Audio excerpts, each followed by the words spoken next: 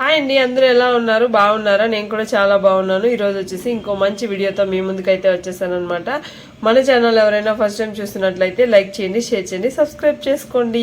So 2025 వచ్చేస్తుంది కదా, మీరందరూ ఏం చేస్తున్నారు? ప్లానింగ్ వేసేసారా? నెక్స్ట్ ఇయర్ ఎలా ఉండాలి, మన రెజల్యూషన్స్ ఏంటి, మనం ఎలా మన మనీని బిల్డ్ చేసుకోవాలి అనేది ఒక థింకింగ్లో అయితే ఉన్నారా? సో అలా అయితే ఈ వీడియో మీకోసమే చూసేయండి.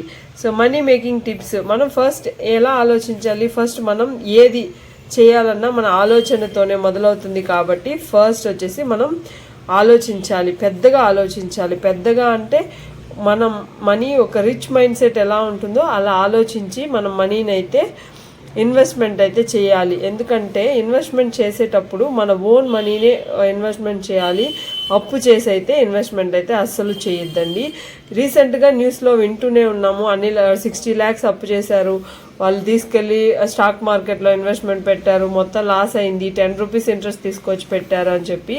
సో అలా అని మీరు ఇన్వెస్ట్మెంట్ చేయమన్నారు అని చెప్పి అప్పు చేసి అయితే చేయకండి. ఓన్ మనీనే ఇన్వెస్ట్మెంట్ అయితే చేయండి, ఓకేనా. నెక్స్ట్ వచ్చేసి create passive income.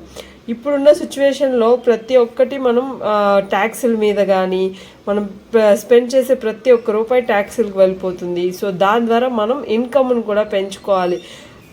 Passive income పెంచినామనుకోండి, మనకు ఖర్చుల్ని మనం డివైడ్ చేసుకొని పెట్టుకోవచ్చు. సో ప్యాసివ్ ఇన్కమ్ రకరకాలుగా అయితే ఉంటుంది. సోషల్ మీడియాలో ప్యాసివ్ ఇన్కమ్ సంపాదిస్తూ ఉంటారు చాలా వరకు. నేను ఇంతకుముందు చాలా వీడియోస్ అయితే చేశాను. సో ప్యాసివ్ ఇన్కమ్ని అయితే క్రియేట్ చేసుకోండి.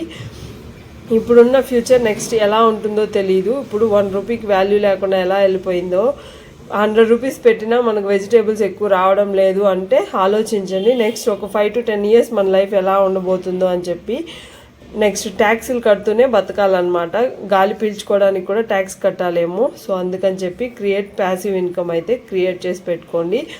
నెక్స్ట్ వచ్చేసి ఇన్వెస్ట్ సెపరేట్. ఒకే దాంతో ఇన్వెస్ట్మెంట్ చేయకుండా కొన్ని ఎస్ఐపి చేసామా, ఇంకోటి పీపీఎఫ్ చేసామా, ఎస్డబ్ల్యూపి చేసామా, నెక్స్ట్ వచ్చేసి గోల్డ్ మీద ఇన్వెస్ట్మెంట్ చేసామా, అలాగా ఇన్వెస్ట్మెంట్ అంతా తీసుకెళ్ళి ఒక దాంతో పెట్టకుండా ఇలా సెపరేట్గా అయితే ఇన్వెస్ట్మెంట్ అయితే చేయండి. సో అప్పుడే మనకు మనీ అనేది మనకు ఎక్కువ రిటర్న్స్ వస్తాయి, అందులో గ్యారంటీ కూడా ఉంటుందన్నమాట.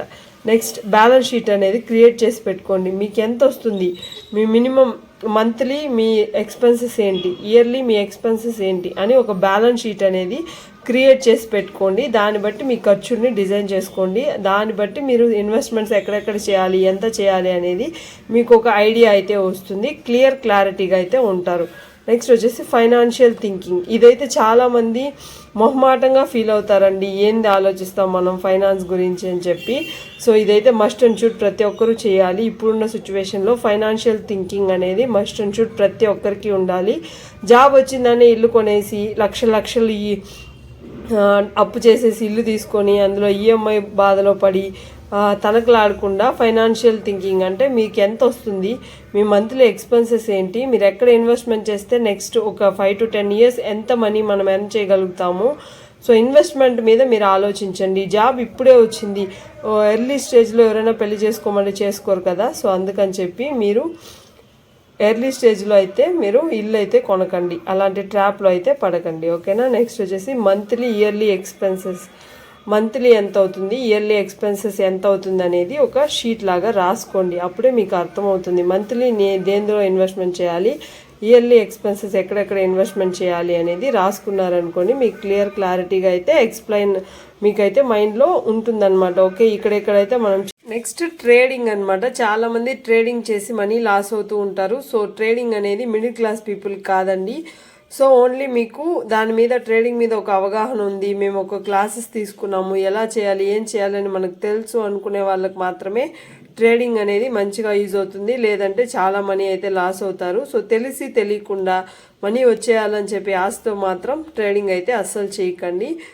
సో ఒకసారి ఒక అవగాహన అనేది తెచ్చుకోండి. ఎవరో ఏమో చెప్పారని చెప్పి గుడ్డిగా వెళ్ళి లక్షలు అందులో అయితే ఇన్వెస్ట్మెంట్ చేయొద్దు, ఓకేనా. దాని మీద ఏ పని చేసినా దాని మీద క్లారిటీ అనేది ఉండాలి. నెక్స్ట్ వచ్చేసి షార్ట్ టర్మ్ మనీ అనేది అసలు గుడ్ కాదండి. ఓవర్ నైట్లో ఎవరు కోటీశ్వర్లు అవ్వలేరు. సో అసలు అలా అయితే అసలు ఆ మనీ అయితే ఉండదన్నమాట. నాకు తెలిసినంత వరకు ఎవరో ఏమో చెప్పారు, ఇందులో ఇన్వెస్ట్మెంట్ చేస్తే నాకు 1,00,000 వస్తుంది, 1,00,000 పెడితే ₹1,00,000 వస్తుందని చెప్పారని, 1,00,000కి 2,00,000 వస్తుందని చెప్పారని ఎవరో ఏంటో చెప్తారు.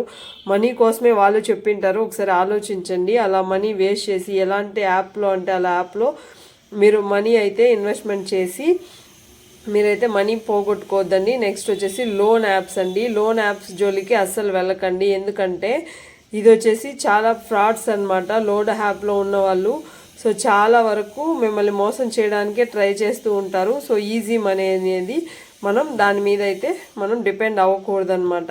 నెక్స్ట్ వచ్చేసి కిడ్స్ ఎడ్యుకేషన్కి అయితే మనం ఆర్డీ అని ఎఫ్డీలని వేసి పెట్టుకోవాలి.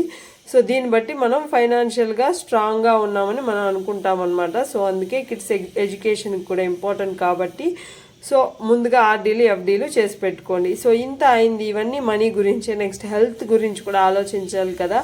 సో హెల్త్ కోసం ఒక ఇన్సూరెన్స్ తీసుకోండి. నెక్స్ట్ మన హెల్త్ ఏమైనా డ్యామేజ్ అయ్యి మనకి ఏదైనా అయితే టర్మ్ ఇన్సూరెన్స్ కూడా తీసి పెట్టుకోండి. ఎందుకంటే ఎవరికి ఎలా ఏం జరుగుతుందో మనం చెప్పలేము. సో దాన్ని బట్టి మన ఫ్యామిలీ సఫర్ అవ్వకూడదు అనుకుంటే ఇలాంటి ఇన్సూరెన్స్లు అనేది తీసి పెట్టుకొని మన ఫ్యామిలీని హ్యాపీగా అయితే ఉంచవచ్చు అనమాట. సో 2025లో మీరు ఇవన్నీ పాటిస్తే మీరు హ్యాపీగా మనీ మేకింగ్ అనేది చెయ్యొచ్చు అనమాట. మనీ ఈజీగా మీ దగ్గరనే ఉంటుంది. మీరు ఎలాంటి బాధ పడాల్సిన అవసరం లేదండి.